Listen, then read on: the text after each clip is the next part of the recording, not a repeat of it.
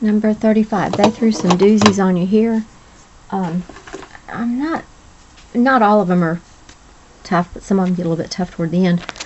Again, can't emphasize enough. You're given the name isopropyl methyl ether. Write the name down. So an ether means that you got an O. So it's given a parent designation this time, so I put an O down there. Isopropyl means that on one side you've got this isopropyl chain, and then on the other side you've got a methyl. Okay, so if I redraw this to where it's just a little bit easier to look at, this is your isopropyl, your methyl, ether. Alright, the next one is ortho dihydroxy benzene. Benzene means you got a benzene ring. Dihydroxy means you have two of these hydroxyl groups, and they are located ortho position from each other. So I'm going to draw my benzene ring.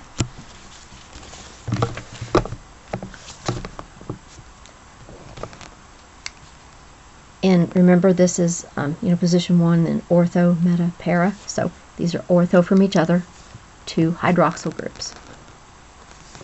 Right there. Okay. A phenol, Tert-Butyl ether. Notice, and I almost made this mistake. I'm like, wait, I caught myself. This is phenyl with a YL, not phenol with an OL. If it is phenyl with a YL, it is just a benzene ring as a substituent. Okay, so it's given a substituent ranking. T-butyl is this group right here. Ether means you've got an oxygen with something on either side. So we're going to put this together. So I'm going to put my oxygen down in the middle.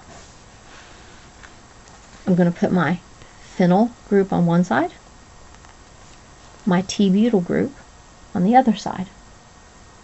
Now remember, if you can't remember, like T-butyl, sec-butyl, isopropyl, that is in chapter 12 somewhere. Look that up. Okay, next you've got meta, iodo, phenol.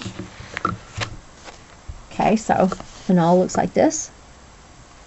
Iodine is just iodo is I for iodine. It's in the meta position from the hydroxyl group. So I draw my phenol, and here's ortho meta. Meta position, I just put an iodine there. For E, this gets a little crazy, in my opinion. But I've got a 2,4-dimethoxy 3-methylpentane. So you're going to have to break something like this down. I don't know that you've got anything this difficult on your test, but if you do, just break it down. So pentane.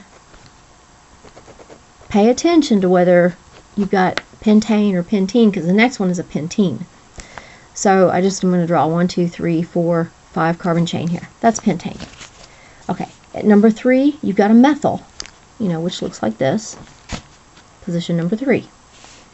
Okay, dimethoxy means you've got two ether groups. And because it says methoxy, on the other side of that oxygen, you've got methyls.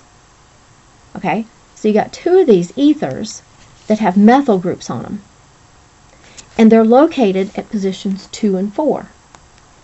So I redraw my parent chain here. Okay, 1, 2, 3, 4, 5.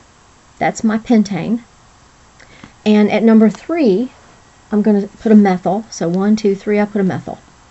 And then at positions 2 and 4, I'm going to put these ether substituents. Okay, so here's my oxygens.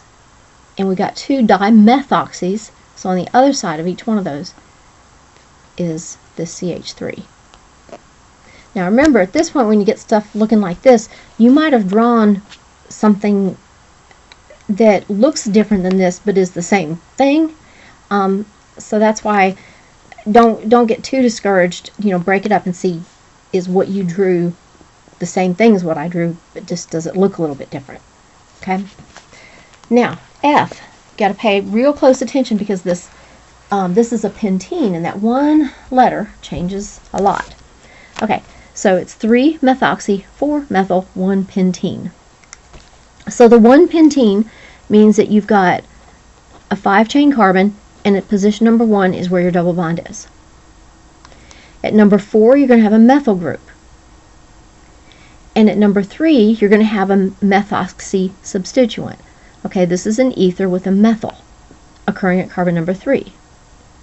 So when I redraw that parent chain right here, 1, 2, 3, 4, 5. At number 4, I'll put a methyl. And number 3, I'm going to put this methoxy. Okay, so that means it's an ether. The oxy means it's an ether. The meth means that there's a methyl group on the other side of that oxygen.